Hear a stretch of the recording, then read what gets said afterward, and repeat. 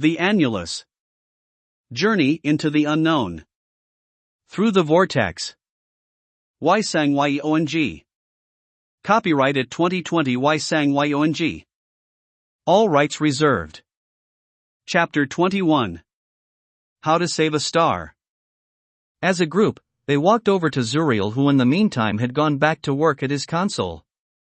Professor Anatoly was the first to address him. Zuriel, if we agree to help you, you have to get your people to stop these mining excursions on Earth. Zuriel, if you do not help me, there is nothing that I or anyone can do about that.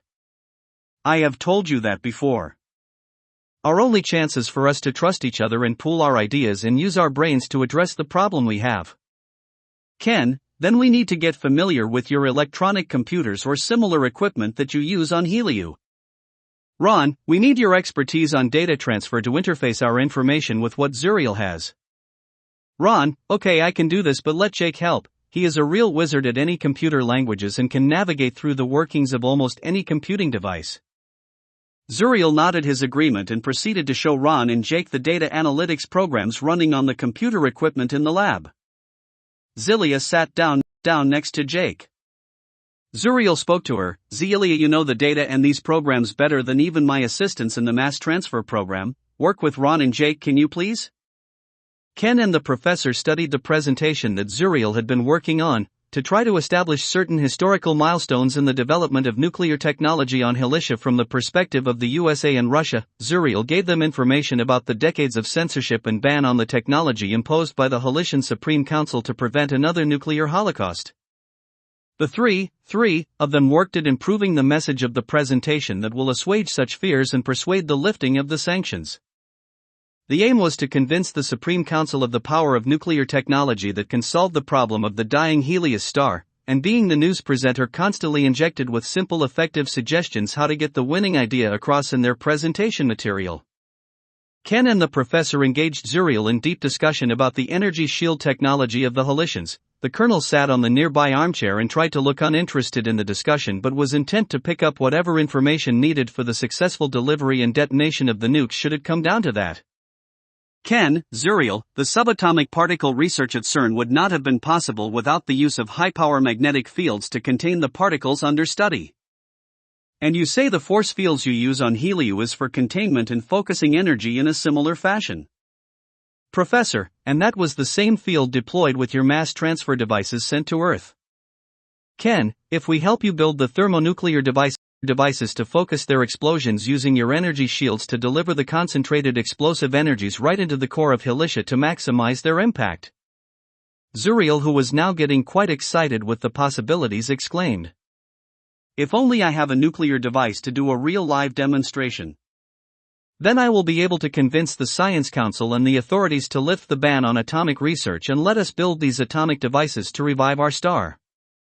Colonel Owens interrupted their conversations and pointed to a flashing device on the wall a few feet away. Hey, can someone tell me what that is flashing light showing us?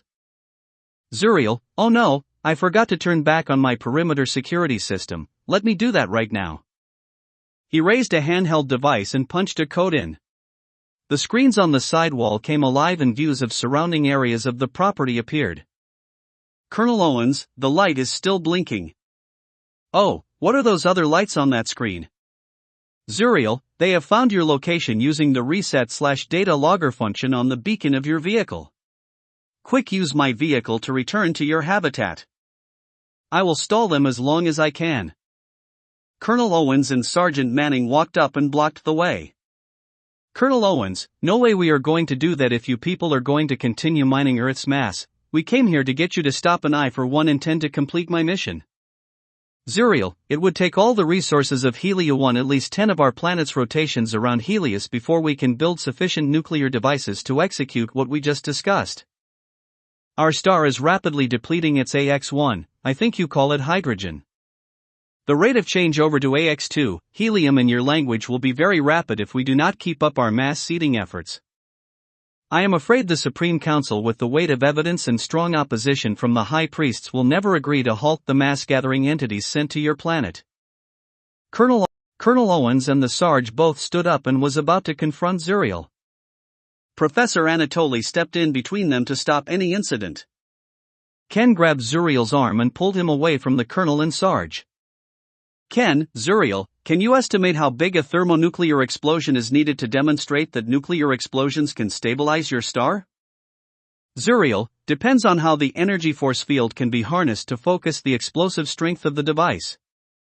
I would say at least 50 mmF2 if a focusing field of 1 million units is deployed. Colonel Owens, how much is that please in megatons? Jake looked up from the terminal he had been working on with Zuriel. According to this program's calculations, it will be about 3 megatons. Professor, I have calculated that 4 megatons will be a safer number to use as we do not have accurate data on their star. Colonel Owens, you can bring all the mass mining entities back from Earth, and we will help you with something we brought from Earth. Zuriel, what? You have nuclear devices on your vehicle? How many and what yield? Colonel Owens, no, we do not. It is the power source of our vehicle and my scientist friends here tell me it can be converted into a nuclear bomb. Sergeant Manning gave a surprised look at Colonel Owens but said nothing. Zuriel and the colonel entered the vehicle bay and under the sergeant's watchful eyes, worked on programming his vehicle with the coordinates of the loading bay where the habitat is located. The vehicle lifted off the ground, departed Zuriel's premises and joined the maglev track system headed for the habitat.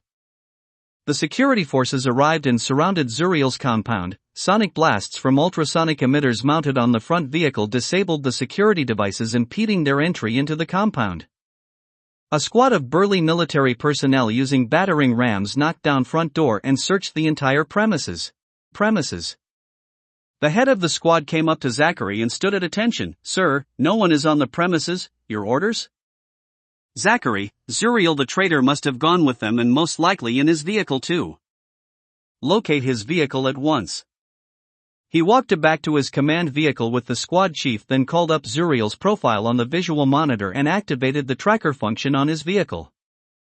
The progress of the vehicle showed up on a 3D topographic view of the maglev highway system. Zachary, where does he think he is going that we cannot track? Why is he heading towards the loading bay complex? No, he is trying to help the humans back to their vehicle. We must stop him from doing any more unsanctioned activities. Listen up everyone, we must intercept him before he gets there. Call out the airborne squadron now. The entire security/military convoy departed from Zuriel's laboratory and headed for the loading complex. As the last vehicle disappeared into the distance, a hatch in the front garden popped up and the grass-like vegetation parted ways. Zuriel led the way up from the hidden basement below and led the whole group to the premise next to his and pressed on his handheld remote. A vehicle like his glided out of a parking shed and Zuriel waved everyone into it. Zuriel led the way and Jake stepped up next and asked, Zuriel, where are we going to? Zuriel, Jake, somewhere they will never expect us to go to. We are going to the Supreme Council complex to plead our case with the senators serving on the Supreme Council.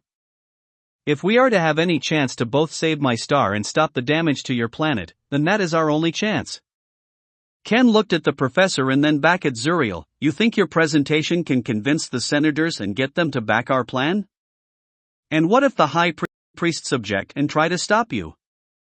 Colonel, Zuriel, if you can enable a communications channel through your energy shields isolating the habitat, I can contact them and give the necessary instructions as we have discussed. Professor Anatoly looked at the colonel who nodded his head. The professor then smiled and said, well, it is not something that will work so soon. Zuriel, we still need a workshop with the necessary electronic tools to modify the nuclear power pack.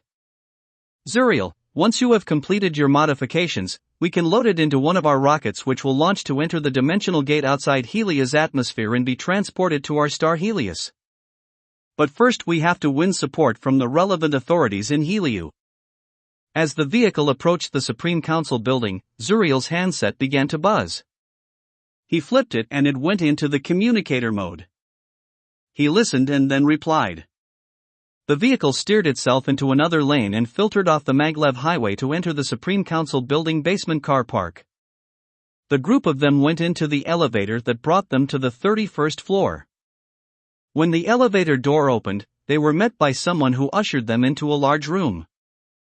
I am Zegan, senator of the region of Corona where both Zuriel and I come from. Zuriel has been my childhood friend till now and we trust each other totally. He asked me to grant you all protection as you have the solution to Helia's crisis. Who is the leader in your group? The colonel stepped forward and Zegan turned to address him. So you are the one they call the colonel. What do you have that Zuriel says can help all of us in the situation we are in? Colonel Owens, I am Colonel Owens, Task Force Leader from Earth, and yes, we have what is needed to revive your star. But it all depends on whether you Halicians want to work with us or not. It is of no use if you do not listen to what the scientific experts in my team have been sharing with Zuriel. Zuriel, I have discussed my theories with the Senator on prior occasions, and the only hesitation to pushing for nuclear devices to launch at our star was that we do not feel these untested devices may not achieve critical mass to energy conversion. All our expertise has been lost due to the ban. Input from Professor Anatoly and Dr. Ken have changed that, and they have corroborated my theories with Earth's field experience of live nuclear tests and extensive computer simulation data from published research of Earth military and scientific community. This is the watershed event and provides for the first time a real possible breakthrough in our efforts to save Helios. The Senator brought them through a series of corridors and back stairs up to the upper floor. Zuriel walked straight up to the display device and plugged in his communicator device and walked Zegan through the updated simulation. Zuriel paused at different moments and pointed out the changes that he had made compared to previous presentations Zegan had seen. Zegan, I think we can finally show this to the Science Council and then the Senate. We need to gather enough votes to get past any objections from the High Priests. Ken, when can we expect the overturn this Supreme Council ban on atomic technology? Is there a way to overcome so that we can help you to solve your problem and then to get you stop sending mass mining probes to Earth? Zegan looked at Zuriel and turned to Ken and the professor. We Halicians are first and foremost beings of logic and rationale. The ban was put in to stop our use of atomic technology to destroy ourselves like we did to Helios 1. Now that we have a plan to address the decreasing effectiveness of our mass seeding of Helios, we can win over the Science Council and the Senate. With their support behind us, we petition the Supreme Council and force a decision to overturn the ban. That way the High Priest will not be able to stop us. And why will the Senate agree to support your motion to remove the ban on nuclear technology? Zegan, Zuriel and I are confident of the votes in the Senate once we have the Science Council behind us. Senators are first and foremost politicians who best understand the concept of survival, both political and physical. If there is an effective solution to our dying star, they will support it. Zachary stood at the front of the loading bay, and the security guard commander came from inside the complex and reported to him, "Sir, the vehicle is in the bay, but no sign of the humans anywhere in the complex." Zachary, what about their travel vehicle in the bay?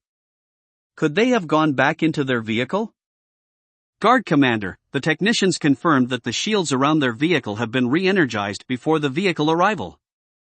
The shields are intact and have not been penetrated. Earlier there was the interruption yesterday to the shields when the military personnel and their team overpowered the security guards. Other than that short period, the shields have been operating continuously at full strength. Zachary, we cannot trust the security personnel belonging to the loading bay facility, they are not under my command. We will have to change that later. Now, does anyone have any trace on Zuriel's communicator? Guard Commander, no sir, there is no trace of that. Zuriel may be using a scrambler device to mask his tracks. But we can check the human's vehicle for their presence if we lower the shields. Our sensors cannot penetrate their vehicle. Zachary, no, we need the Supreme Council's permission to do that.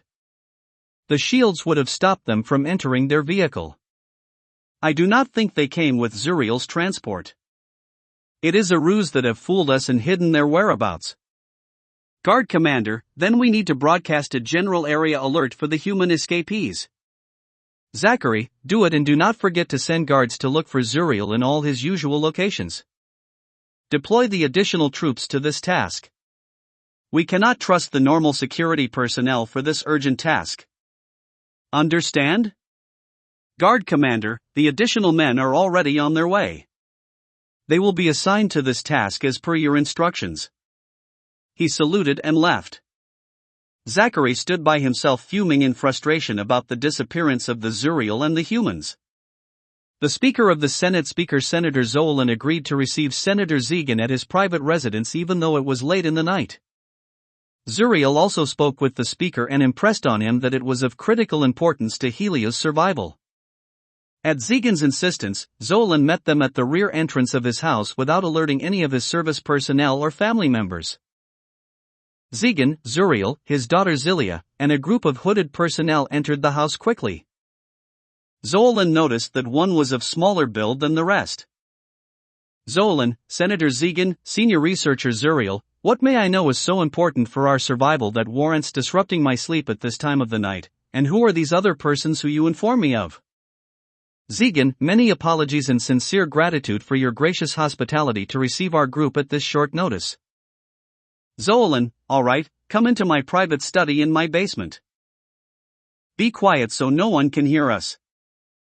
They followed him down the back stairs. Then a call from President of the Science Council, the learned Professor Zuriel, came through on Zuriel's communicator.